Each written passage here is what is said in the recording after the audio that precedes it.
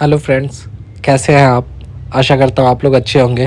तो आज मैं अगारा लेक गया था मॉर्निंग वॉक पे, और वहाँ मैं देखता हूँ कि कितने ढेर सारे डॉग्स थे जो आराम कर रहे थे, सन बाथ ले रहे थे। हमें भी उनकी तरह मॉर्निंग में कुछ ना कुछ करना चाहिए, नहीं तो हमारी बॉडी में विटामिन डी की कमी हो जाएगी।